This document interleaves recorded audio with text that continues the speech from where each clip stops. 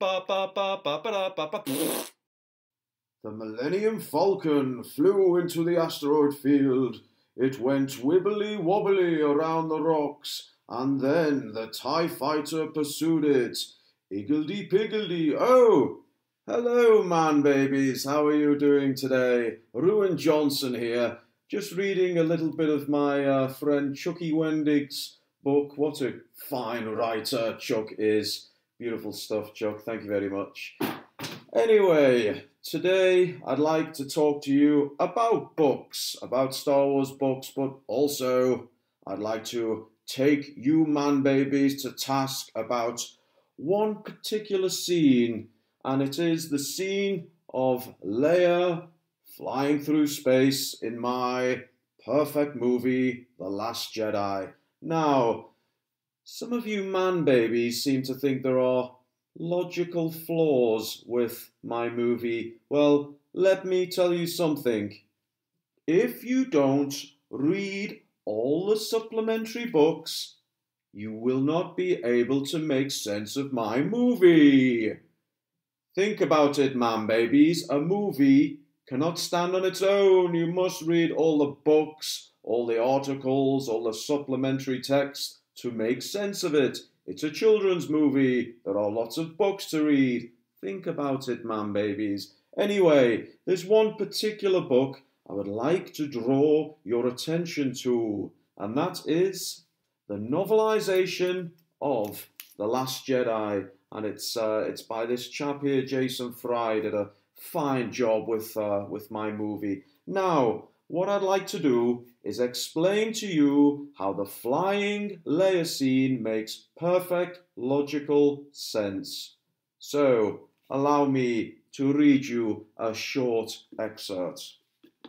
Okay, let me see. Leia flew through the void, arms raised as if in supplication.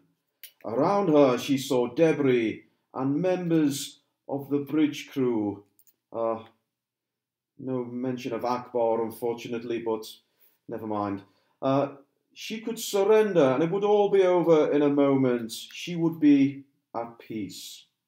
Instead, Leia reached out to the Force. She asked for help to return to the bridge where she could see the Resistance crew gathered at an airlock.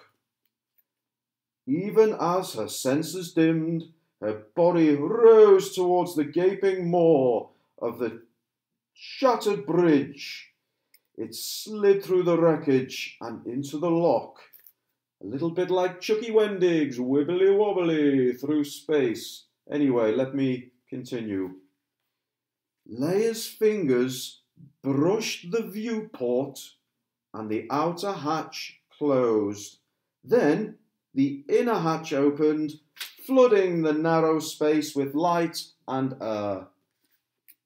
Now, pay attention, man babies, because you lot seem to think there's a logical flaw with that scene where Leia, having been blasted out into space, floats back into space, and we'll ignore the whole she suddenly discovered the Force thing. Don't worry about that, man babies. But she floats back towards the ship, which has been blown apart, and then the crew, including Poe, open the door to help her inside.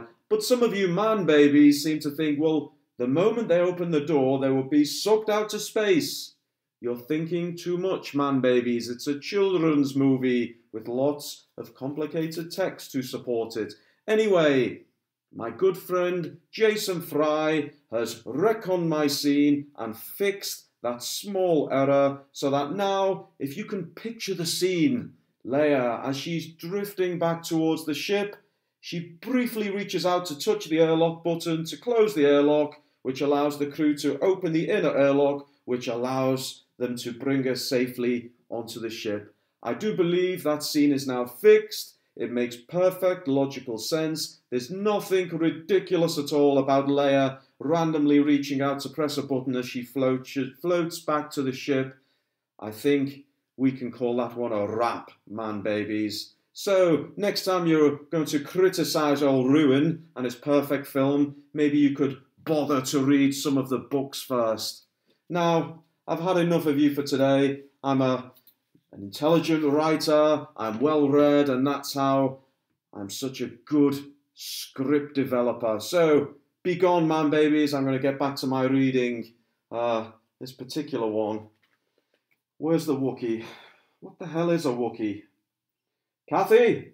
Kathy! What's a goddamn Wookiee? Get Bob on the phone, Kathy. No idea what this... It's... No idea. Never heard of the thing. I'm on my own, broken and alone. I feel the rain crashing down all around this empty town.